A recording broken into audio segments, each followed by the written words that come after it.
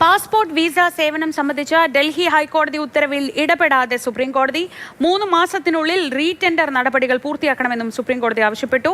അന്തിമ സംവിധാനം ഉണ്ടാകുന്നതുവരെ പാസ്പോർട്ട് വിസ സേവനങ്ങൾ തടസ്സപ്പെടരുതെന്നും നിർദ്ദേശമുണ്ട്. സുരേഷ് വെള്ളിമുറ്റം വിവരങ്ങളുമായി. സുരേഷ്, ഇത് ഇടപെടാൻ വിസമ്മതിച്ചെങ്കിൽ പോലും ഈ തടസ്സപ്പെടരുത് എന്ന നിർദ്ദേശം ആശ്വാസകരമാണെന്ന് തോന്നുന്നു.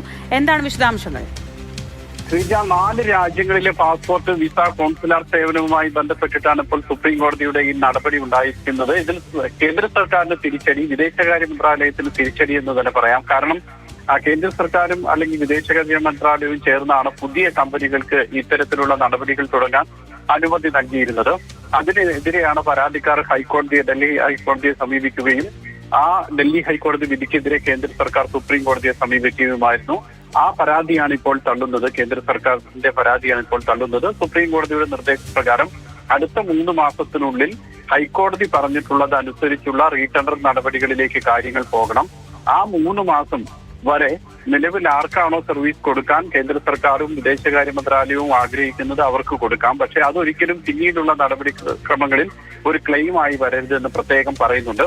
അതുകൊണ്ട് തന്നെ UAE, കുവൈറ്റ്, സിംഗപ്പൂർ, ഓസ്ട്രേലിയ എന്നിവിടങ്ങളിലെ പാസ്പോർട്ട് സേവന നടപടികൾ ആ തർക്കവും മറ്റു കാര്യങ്ങളും തുടരുമെന്ന് ഉറപ്പാണ്. അതേസമയം ഒരുപക്ഷെ കരാർ നൽകിയിട്ടുള്ള അൽഹിന്ദ് പോലുള്ള പുതിയ കമ്പനികൾക്കോ അല്ലെങ്കിൽ ഡൂ ഡിജിറ്റൽ പോലുള്ള, കുവൈറ്റിലാണ് ഡൂ ഡിജിറ്റലിന് നൽകിയിട്ടുള്ളത്, അവർക്കോ സർവീസ് നടത്താം. അതുമല്ലെങ്കിൽ എംബസികളോ കോൺസുലേറ്റോ ഈ സർവീസ് നടത്തുക. അതിനുശേഷം ഈ പറയുന്നത് പോലുള്ള ടെൻഡർ നടപടികൾ പൂർത്തിയാക്കിയതിനു ശേഷം പുതിയ കമ്പനിക്ക് കൊടുക്കുക എന്നുള്ളതാണ് പറയുന്നത്. മാത്രമല്ല കേന്ദ്ര സർക്കാരിനെ നല്ല രീതിയിൽ വിമർശിക്കുകയും ചെയ്യുന്നുണ്ട് സുപ്രീം കോടതി ഇക്കാര്യത്തിൽ.